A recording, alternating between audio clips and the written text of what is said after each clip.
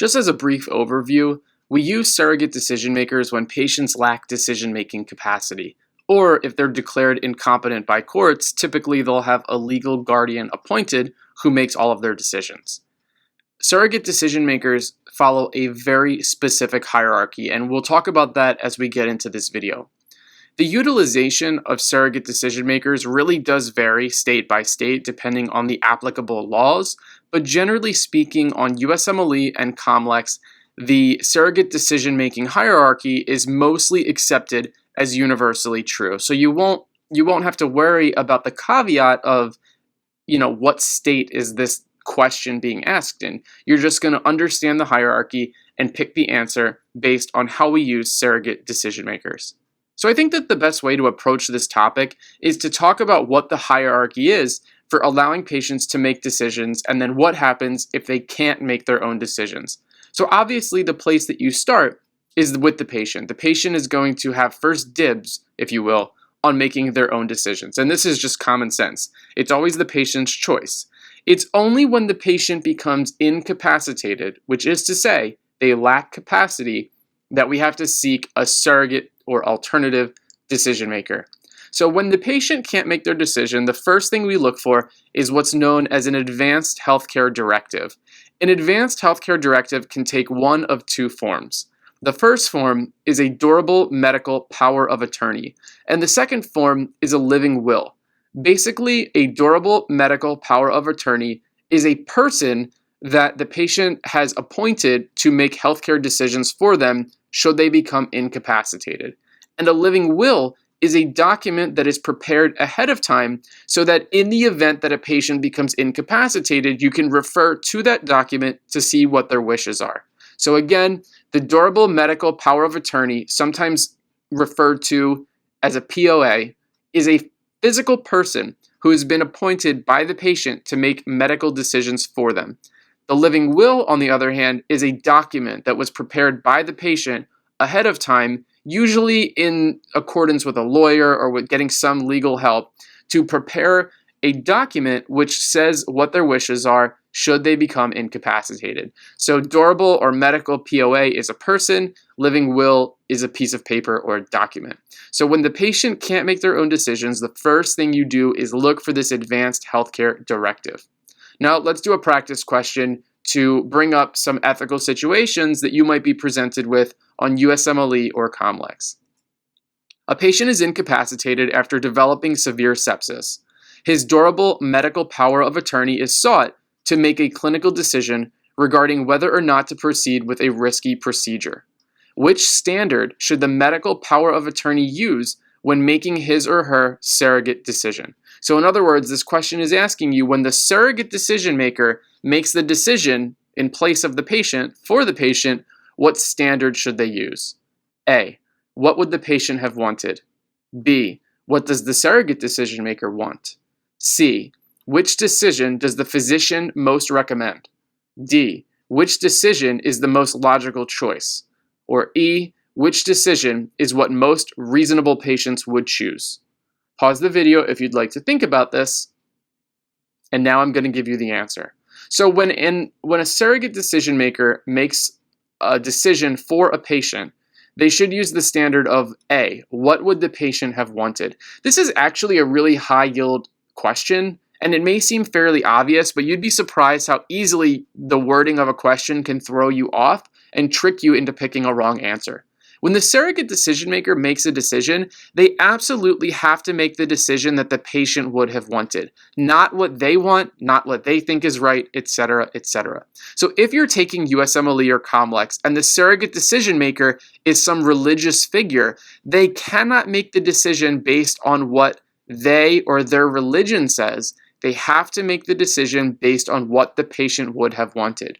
So as you can probably imagine, if you're taking USMLE or COMLEX and they give you something like a Jehovah's Witness regarding a blood transfusion, it's really high yield to know that despite the surrogate decision maker being a Jehovah's Witness and not wanting blood transfusions for themselves, the correct answer is still to pick what the patient, presumably not a Jehovah's Witness, would have wanted.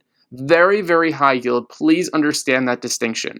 The decision maker always has to decide with the standard of what did the patient tell me when they had capacity and were alive and functioning. What did they tell me they wanted, not what do I want for them. Very high yield, please understand that. So that's the advanced healthcare directive. Now let's say there's a situation where the patient is incapacitated, they never prepared a living will, and they didn't assign a durable medical power of attorney. What then?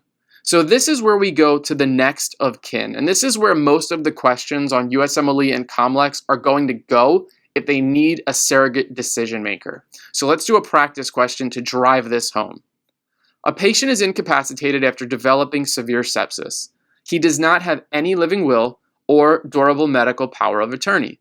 Next of kin is sought for a surrogate decision maker. The patient's best friend, wife, and 2 adult children are all present. The patient's wife says that he would not want to proceed with the procedure, but both the adult children and the patient's best friend say that he would want to proceed with the procedure. Who should make the decision? A, the patient's wife. B, the patient's adult children and best friend. C, neither. Consult the ethics committee. D, neither. Because the family disagrees, it's actually the physician's choice. Or E, none of the above. Pause the video if you need some time to think about it. And if you're ready, here comes the answer. So in this situation, the answer is A, the patient's wife. And we're going to talk about the chain of next of kin, but the patient's spouse always has priority. Okay? So this is a very absolute question. It's saying who should make the decision. It's not asking you what the best initial course of action is. It's not asking you ethically what should you do or what should you say. It's just asking you who makes the decision. And in the chain of next of kin, the first priority goes to the spouse. Very, very high yield. We'll talk about the rest of that chain in just a second. Let's do part 2 of this question now. So same vignette, and now it's saying what is the best initial course of action? A, nothing. The patient's wife should make the decision. B, conduct a meeting between the disagreeing parties. Or C, consult the ethics committee. Pause the video if you need some time to think. And if you're ready, here we go. Answer here is B. So when you do the next of kin chain, the spouse always gets the priority. But even though ultimately they get to make the decision, you still need to hold a meeting between the spouse and the adult children and find out why they disagree. Because at the end of the day, the spouse will still get to make the decision if they disagree with the adult children. But the ethically correct answer and the best initial course of action, which, as you know, is always an ethical question, like they always say, what's the best initial course of action? You still want to hold that meeting and find out why they disagree. Very, very important, very, very high yield. And you only consult the ethics committee in really rare situations. And for the purposes of USMLE and COMLEX, if you see it, it's always going to be a distractor. Very rarely is this the correct answer. I'm not even going to get into the nuances of it because it's not worth taking up the brain space. But in this situation, because next of kin are disagreeing, even though the spouse has priority and would technically be the correct answer in making the decision, the best initial course of action is still to hold this meeting. So let's talk about this chain really quickly. So in the next of kin, spouse gets first priority. And if the spouse isn't available, right, let's say they're not at the hospital or they're deceased, then it goes to the adult children of the patient. And if there's no adult children present, then it would go to the parents of the patient. And if there's no parents, then it would go to the adult siblings.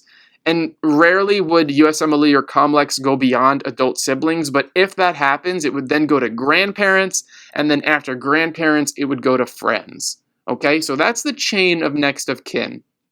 The high yield bottom line of this video is that if the patient can't make the decision, you look for the POA or the living will. If there's no POA and no living will, you go to next of kin. Next of kin is spouse, then adult children, then parents, then adult siblings, then grandparents, then friends. If there's disagreement in the party, ultimately, you still follow the order when it comes to the absolute decision, but always do your best to conduct a meeting and find out why these parties are disagreeing and see if there's any resolution that can be reached. So this is surrogate decision makers.